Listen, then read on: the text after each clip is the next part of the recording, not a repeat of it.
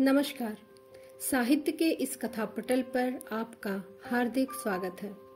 दोस्तों, आज के अंक में आपके लिए लाई हूँ प्रतिष्ठित लेखिका सूर्य बालाजी की कहानी, जिसका शीर्षक है गौरा गुणवंती।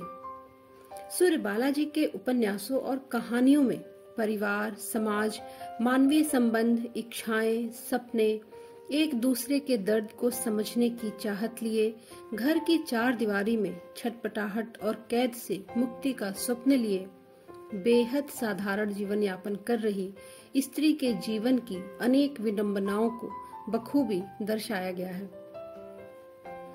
करुणा, सहानुभूति और प्रेम से बुनी हुई ये कहानी उस मध्यम वर्गीय परिवार की लड़की की कहानी है जो घर में अपने वजूद को तलाशती रहती है। घर का हर सदस्य उसका उपयोग अपनी सुविधानुसार करता है। माँ को खो चुकी अनाथ गौरा के लिए सिर्फ उसकी ताई ही उसका एकमात्र सहारा है। माँ के गुजरने के बाद गांव के घर का बिक जाने पर भी गौरा का क्या हुआ, जानने के लिए आइए सुने ये कहानी, जिसका शीर्षक है गौरा गुणवंती।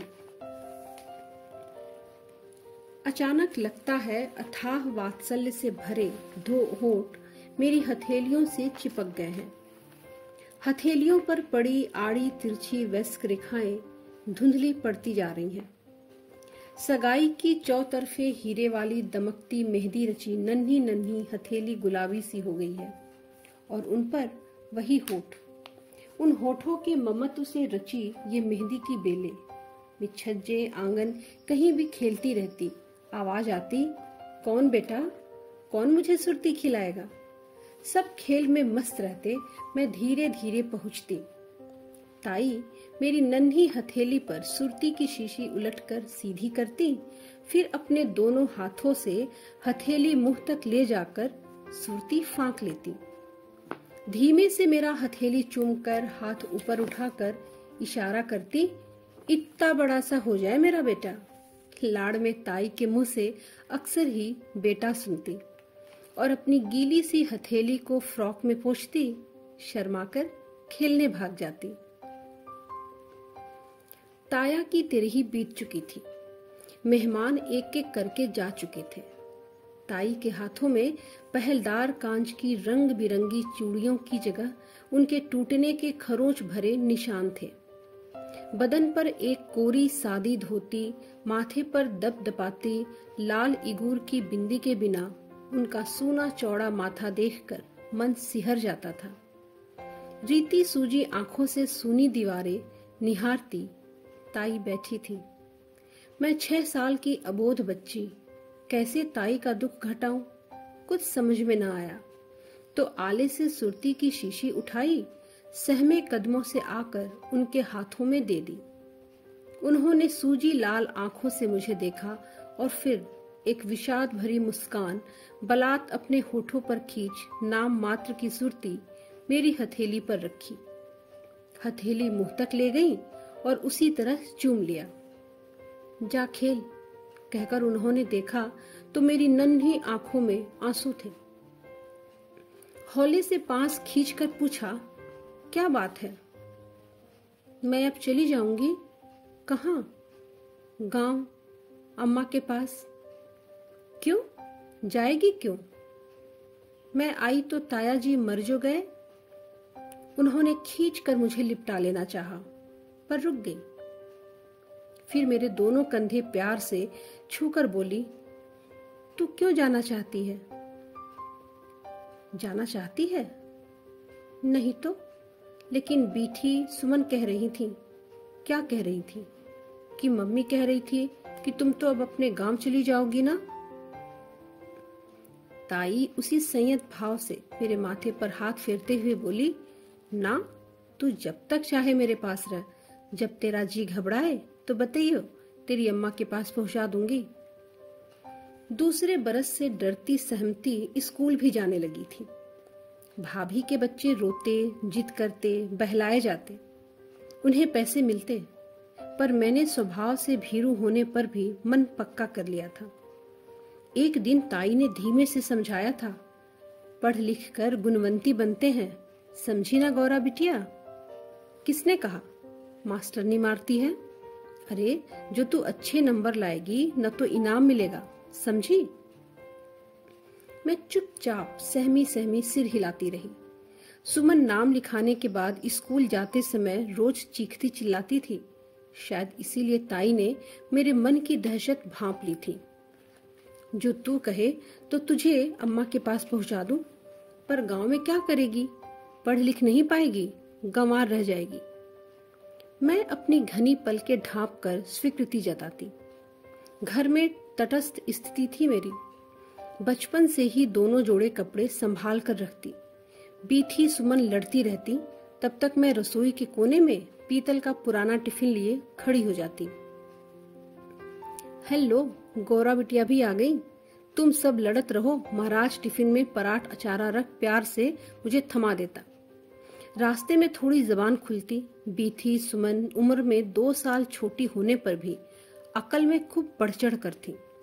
बाद में चलकर भी क्लास में पिछली सीट पर बैठकर अचार या कच्ची अमिया खाना, जासूसी उपन्यास पढ़ना और एक दूसरे की हाजिरी बोलना मैं उनसे कभी नहीं सीख पाई। पाप पुण्य भले बुरे की निर्णय बुद्धि ताई ने ही पनपा दी थी। सब बच्चे जिद कर पैसे झपट लेते अपने मम्मी पापा से। मैं यूं ही देखती रहती तो ताई बाद में समझाती, इन्हें बुरी आदत पड़ जाएगी, चटोरे हो जाएंगे। दिवाली पर ताई ने मेरे हाथ पर 8 आने रखे। मैंने उसी निर्लिप्त भाव से कहा, मैं ना लूंगी, तुम कहती हो ना चटोरी हो जाऊंगी। ना, एक दिन से कुछ नहीं होता, सो भी थोड़े पैसों से नहीं। तू इसकी खट्टी मीठी गोलियां खाइयो, पटाखे पुटकी मत खरीदियो, सब पटाखे छोड़ेंगे तो तू भी देख लेना। हाँ। मैंने उसी तरह सिर हिला दिया। ताई बिल्कुल ठीक कहती हैं, पटाखे छुड़ाने से हाथ भी तो जलने का डर रहता है, सो सब छुड़ाएंगे ही, देख लूंगी।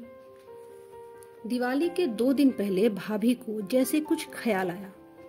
एक पीला फ्रॉक बाजार से खरीद लाई। ताई ने समझाया, इसे थोड़ी देर पहनकर उतार देना।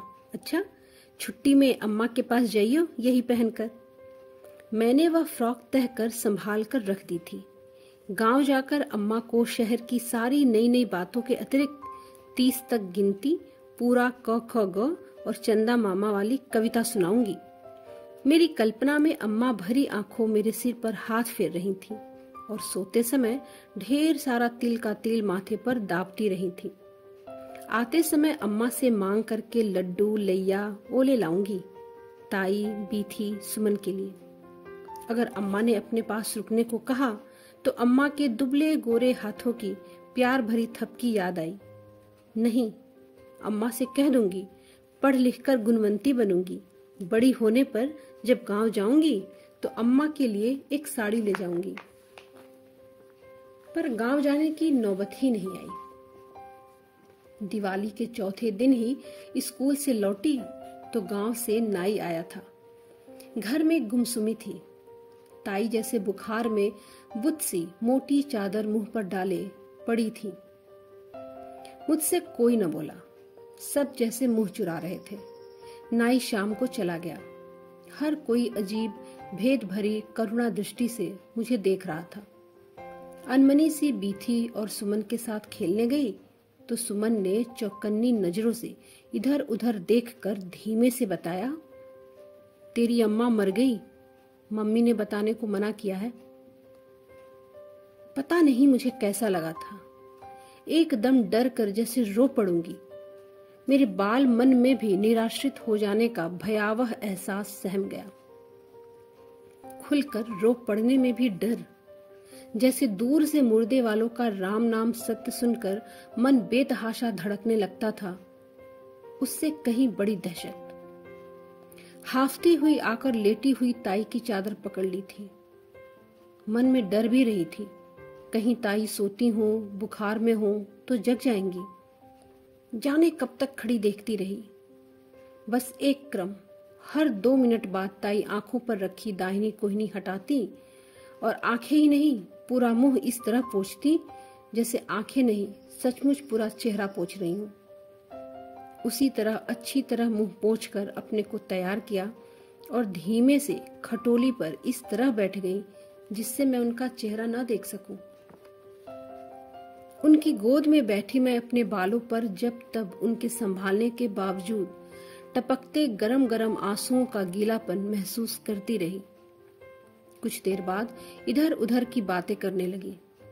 स्कूल में क्या पढ़ा? आज खेलने नहीं गई क्या? अब की बार ड्रामे में क्या बनी हो? पर ताने हाँ नहीं वाला मेरा संक्षिप्त उत्तर भी न पाकर झुक कर देखा। मैं गुमसुमी बैठी थी, न हिचकी न आवाज, बस एक पीड़ा थी जो आंखों से धार धार होकर टूट रही थी। भाभी ने देखा तो समझ गई। बीथी और सुमन को बुलाकर डांट लगाई। ताई ने मना किया, जाने दो, अच्छा ही हुआ, आखिर पता तो लगना ही था। जन्म और मौत छिपाए नहीं जाते। भाभी ने भैया से कहा था, करुण पर चिंताकुल आवाज में, बेचारी, अब तो गौरी को यहीं रखना होगा। स्नेह का एक नन्हा सा अंकुर जो ताई की आंखों में पनपा था, सहानुभूति की शत शत शाखाओं में आकाश बेल की तरह फैल गया। ताई तो मुझसे उसी संयत भाव से बोलती, पूछती या कभी धीमे से पुचकारती, पर भैया भाभी से लेकर स्कूल की टीचरें, मास्टर और पड़ोसी भी सदैव हो उठे थे। अनाथ शब्द जैसे मेरा रक्षा कवच बन गया था। अब भाभी बीथी सुमन के लिए 4-4 फ्रॉक के कपड़े लाती तो मेरे लिए भी एक फ्रॉक का जरूर आता। उनकी फ्रॉकों के बचे सितारे मोती मेरी फ्रॉक में भी टांक दिए जाते। वैसे फ्रॉकों की मेरे पास कमी न रहती, मेरे फ्रॉक ज्यादा फटते ही न थे। बीथी सुमन भाभी के कहने पर भी शादी ब्याह से लौटने पर सलमे सितारे वाले फ्रॉक पहने पहने सो जाती, पर मैं पहले फ्रॉक बक्से में तह कर रखती, तभी दूसरा काम करती। मेरे एक जोड़ी सूती मोजे हमेशा मेरे बक्से में साफ रखे रहते, जबकि बीथी सुमन 5-6 जोड़े मोजों में से कहीं जाते समय भी एक जोड़े साफ ना निकाल पाती। भाभी हर बात पर उनके सामने मेरा उदाहरण रखती, बिन माँ बाप की लड़की देखो तो कितने सलीके से रहती है, और एक तुम लोग हो। भाभी के सदैव होने का एक और कारण था। जब से नन्हा विप्पू हुआ था उसे मैं ही संभालती थी। भाभी को दाई या आया रखने की जरूरत ही महसूस नहीं हुई। स्कूल से आते ही मैं कपड़े बदल उसे लाद लेती और तब से शाम तक उसे लादे लादे घूमती। कभी कभी ताई धीमे स्वर में कहती, ला मुझे दे दे, मैं तो खाली हूं, इम्तिहान आ गए हैं ना तेरे। बस इतना ही मेरे लिए बहुत था। रोम रोम कृतज्ञ हो उठता। मुस्कुराकर कहती, पहले दिन हिंदी है ताई, और अंग्रेजी के लिए तो इतवार की छुट्टी। ताई के लाख धीमे कहने पर भी भाभी सुन लेती। हंसकर कहती, गौरी होशियार है, बिना पढ़े ही अच्छे नंबर लाती है, कोई बीथी सुमन की तरह नहीं। प्रशंसा काफी महंगी पड़ती थी, पर एहसान मानती थी, यही क्या कम था, और मैं भी तो अब बच्ची नहीं थी। शायद मैं दूसरों से ज्यादा स्वयं पर बोझ बन गई थी। एहसानों का बोझ, बढ़ती हुई उम्र के अपराध का बोझ, और चारों ओर से घेरती समेटती बेचारगी भरी निगाहों का बोझ। अनाथ लिखवा कर भैया मेरी फीस शुरू से माफ कराते आ रहे थे। 1-2 साल जब तक विप्पू नहीं हुआ था छात्रवृत्ति भी मिली थी, पर जैसे जैसे बड़ी होती गई कर्तव्यों के प्रति अधिक से अधिक सजगता हावी होती रही। मेरे कपड़ों पर, खाने पर, किताबों पर कितना खर्च होता हिसाब लगाती रहती। इसलिए पास में कुछ पैसे होने पर भी पिकनिक जाने वाली लड़कियों में मेरा नाम कभी नहीं लिखा गया। न स्कूल में हुआ कोई शो मैंने देखा। एक बार इला दी ने धीमे से अलग बुलाकर पूछा, सुनो गौरी, तुम पैसों की वजह से नहीं जा रही हो तो पर मैंने जल्दी से हल्की मुस्कान के साथ सिर हिला दिया था। मुझे नोट्स बनाने हैं, पर पैसे सचमुच रहते थे मेरे पास। ताई और भाभी के मैके तक के जो भी रिश्तेदार आते मेरा परिचय उन्हें मिलता है। जाते समय बीथी सुमन बिप्पू के हाथ में 150 देते देते अचानक ठिठक कर मेरी ओर मुड़ जाते, और 1-2 मुड़े तुड़े नोट मेरी मुट्ठी में भी डाल जाते। जाने क्यों मेरा मन रुक पड़ने को करने लगता। इनकार न कर पाने की अवस्था और पीड़ा से पहली बार जाना, लेना और न लेना भी कई तरह का होता है। और मेरे लिए दोनों में एक सी पीड़ा। भाभी कनखियों से देखती कि मुझे कितने मिले हैं, पर बाद में भाभी काफी आश्वस्त हो गई थी जब मैं अपनी जरूरत की किताबें चुपचाप उन पैसों से खरीद लेती। पेन, पेंसिल वगैरह छोटी मोटी चीजों के लिए भी उनसे न कहती। भैया के सामने तो कभी जाती ही नहीं। जैसे जैसे बड़ी होती जा रही थी, एक अपराध भावना मुझे ग्रस्त करती जा रही थी। गुमसुमी और भी बढ़ गई थी। हर समय एक ही बात, मैं बड़ी होती जा रही हूँ और भी बड़ी हो जाऊंगी। फिर एक आध बार भैया ने ताई से इस बारे में कुछ पूछताछ की कि गांव में थोड़े बहुत जो खेत खंडहर बचे हों तो उसे बेचकर मेरा इंतजाम किया जा सके। ताई ने स्वीकृति जताकर उन्हें देख आने को कहा।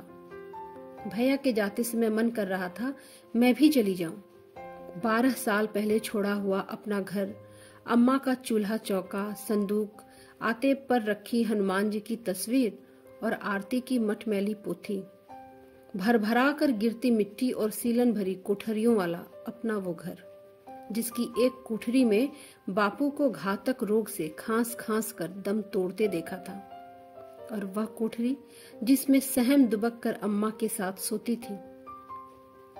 सुना ऊपर की दीवार ढह जाने से मलबे में दब गई थी वो। उसी से सटे गलियारे में लाल, पीले, हरे, नन्हे लहंगों, साड़ियों के गुदड़ों से भरे गुड़िया के डिब्बे और खटोलियां होती थी। उसी के बक्से में मेरी चोटी गूंथने के लाल पीले रिबन भी होंगे, गांव की हाट से खरीदे हुए। उनसे ही अम्मा मेरी चोटी गूंथती थी। लाल पीले रिबनों की यादें और अम्मा की यादें। भैया 2 दिनों बाद लौट आए, धूल भरे, थके से। भाभी के पूछने पर बोले बेकार हुआ जाना, थोड़ी बहुत जमीन थी, आसपास के किसानों ने दबा ली। अब उनसे मुकदमेबाजी करूंगा तो लेने के देने पड़ जाएंगे। पर घर तो था, घर। भैया के चेहरे पर व्यंग अधिक था या झुंझलाहट, पता नहीं। वो खंडहर से भी बढ़कर वो घर, बस जमीन और टूटे फूटे काठ कबाड़ों का मलबा, किसी तरह पंचायत से कह सुनकर बिकवाया है। अभी तो पंचायत ने ही ले लिया है 900 पर। बस 900? भाभी निराश स्वर में बुदबुदाई। जूते निकालते हुए भैया ने ताई को सुनाने के लिए भी कहा, 900 में तो चपरासी भी नहीं जुटेगा। मनकों पर चलती उंगलियां एक क्षण को रुकी और वहीं संयत स्वर उभरा, सबके भगवान हैं। और भाभी भैया के चले जाने पर शायद मुझे और स्वयं अपने को एक साथ राहत देने का प्रयत्न करती रही थी ताई। जैसे मैं अकेली नहीं, बेसहारा नहीं, कहीं ताई और उनके ईश्वर भी हैं। मेरा दुख बटाने को सब अपने अपने भाग का खाते हैं। 2 घंटे पहले ही उस दिन पूजा पर बैठ गई। कितनी देर सुनती रही। ताई अस्फुट स्वरों में गा रही थी, करुणा सिंध जगत जस लीजिए, नाथ अनाथ की सुध लीजिए। जब नहीं रह गया तो एक किताब उठाई और पिछले छज्जे के कोने पर जाकर बैठ गई। कितनी देर चुपचाप रोती रही, पता नहीं चैतन्य हुई जब बालों में बहुत ही धीमे धीमे ताई के हाथ फिर रहे थे। आस्था और विश्वास समाये हुए उनका स्निग्ध स्वर उभरा, मानो सुदूर किसी देवालय से आती पवित्र ऋचा की कोई प्रतिध्वनि हो। हीरे मोतियों से जड़ी रहेगी मेरी बेटी। बस 2 क्षण ही रुकी, अपनी सारी पूजा अर्चना आशीर्वाद से समेट मुझ पर वारती चली गई। उस दिन कॉलेज से लौटी तो भैया ताई की खाट के पास परेशान से खड़े थे। डॉक्टर अलग ले जाकर जाने क्या क्या उन्हें समझाता रहा। कुछ दिनों से ताई की तबीयत खराब चल रही थी। आज सुना भाभी खींच भरी आवाज में सुमन से कह रही थी, कह दिया ना खराब बीमारी है, अब मैं क्या दुनिया भर की बीमारियों का नाम याद किए बैठी हूँ। और हाँ, कमरे में अब ज्यादा आने जाने की जरूरत नहीं है उनके, समझी? याद नहीं इसके कितने दिन बाद ही मैंने भाभी से कहकर नाम कटवा लिया था। भाभी ने थोड़ा नानू भी की, पर मैंने समझा दिया, कॉलेजों में पढ़ाई वढ़ाई कुछ नहीं होती, बस बता देते हैं फला फला किताब पढ़ लो, सो मैं घर में ही पढ़ लिया करूंगी। एक दिन कॉलेज से लौटी तो ताई ने धीमे से मुझे बुलाकर पानी मांगा। 2 गिलास पानी एक सांस में पी गई, जाने कब की प्यासी थी। पूछने पर बोली, इतने काम तो वैसे ही है घर में सबको, ऊपर से मैं भी हुक्म चलाऊं। बस अब 4 घंटे की छुट्टी। नाम कटा लेने के बाद भाभी मुझसे काफी खुश हो गई थी। महरीन पर झल्लाती और कहती, अरे ये गौरी ने ही मुझे संभाला है, नहीं तो तुम जैसी दाई मजूरी तो बस। ताई अब इधर बेहद कमजोर हो गई थी। दवा देती, उनको पॉट लगाती या बिस्तर ठीक करती। आशीर्वाद भरे स्वर गूंज गूंज कर समाप्त होते रहते। राजरानी होगी बेटी, हीरे मोती से लदी। कभी कभी मन करता ताई के पैर पकड़कर रो पड़ूं। ताई बस भी करो ना, यह विडंबना भरा आशीर्वाद।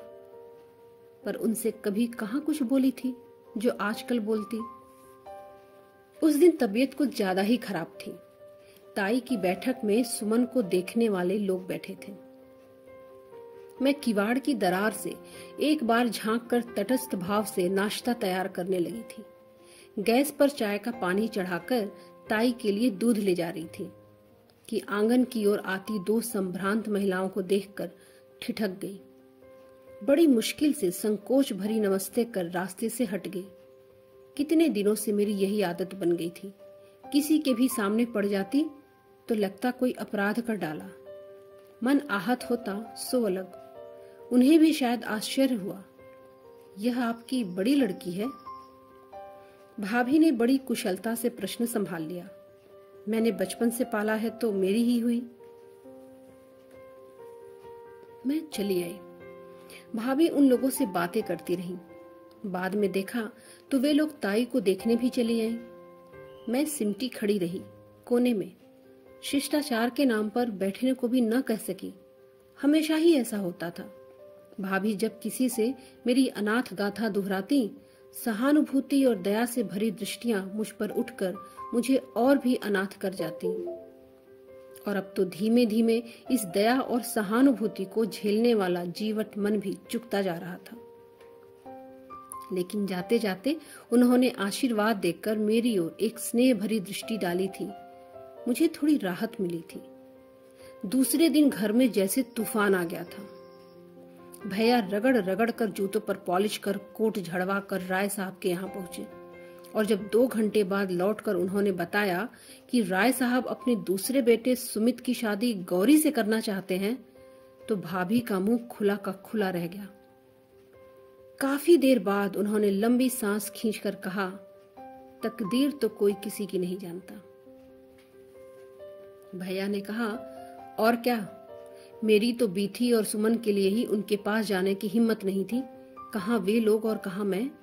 और राय साहब की बीबी तो ऐसी ही चली आई थी सुमन की सास के साथ। खैर चलो, सुमन की भी ठीक हो गई, गौरी की भी। भाभी ने एक ललक भरी आह ली थी। घर ही नहीं, सारे मोहल्ले में बस एक ही बात, गौरी की शादी राय साहब के घर।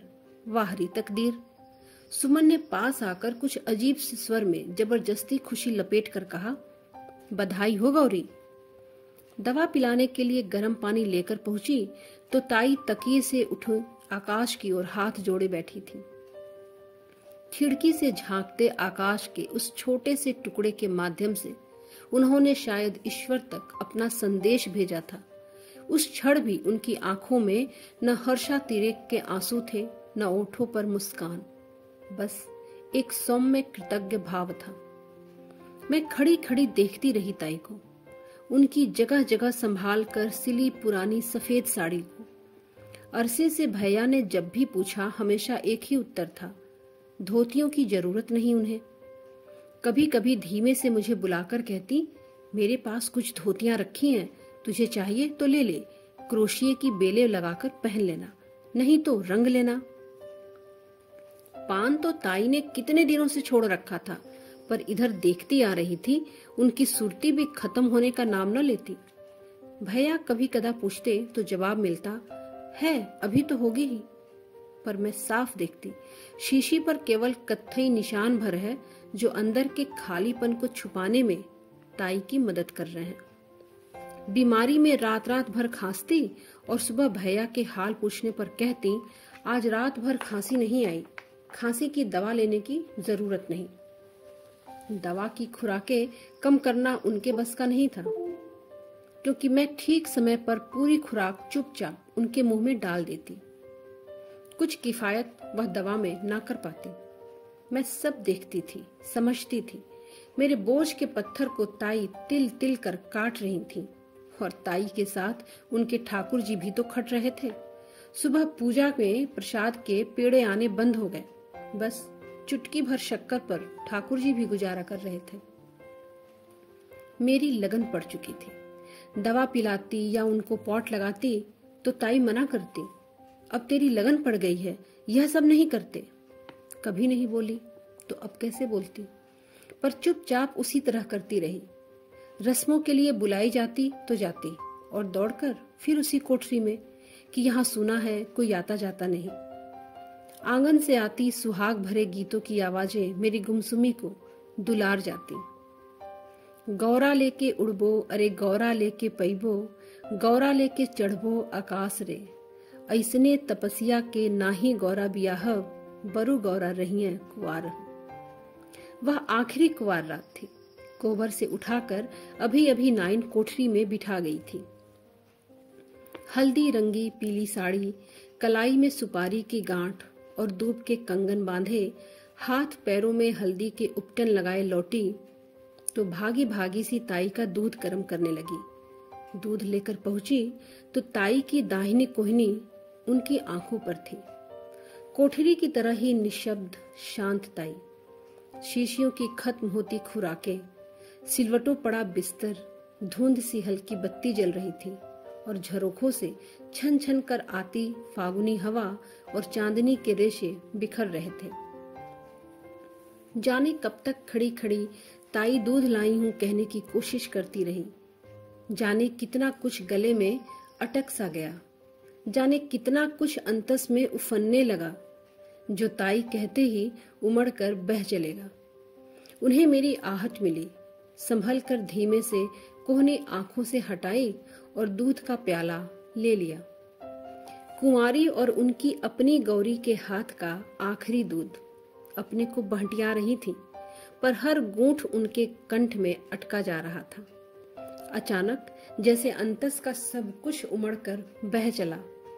मैं पाटी पर सिर रखे फफक रही थी।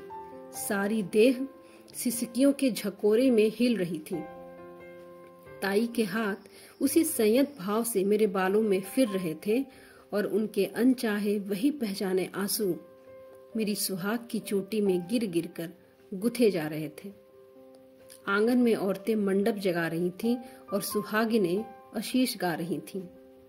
हाथ में कांपते हुए तार में टंकित शब्द भी धुंधले होकर जैसे ताल में बह रहे पुरैन के पत्ते बन गए हों, और फिर सिमट कर एक नन्ही हथेली जिस पर चिपका है दो आशीर्वाद भरे होठों का अपार ममत्व। दोस्तों, आशा करती हूँ कि करुणा, सहानुभूति, संवेदना की ये सुंदर सी कहानी आपको अच्छी लगी होगी। इस चैनल के लिए आप अपना योगदान करें। अपने साहित्यिक मित्रों में, परिवारजनों में, अपने विद्यार्थियों में इसका प्रचार प्रसार करें। कहानी पसंद आई हो तो लाइक, शेयर, सब्सक्राइब भी जरूर करें। कहानी सुन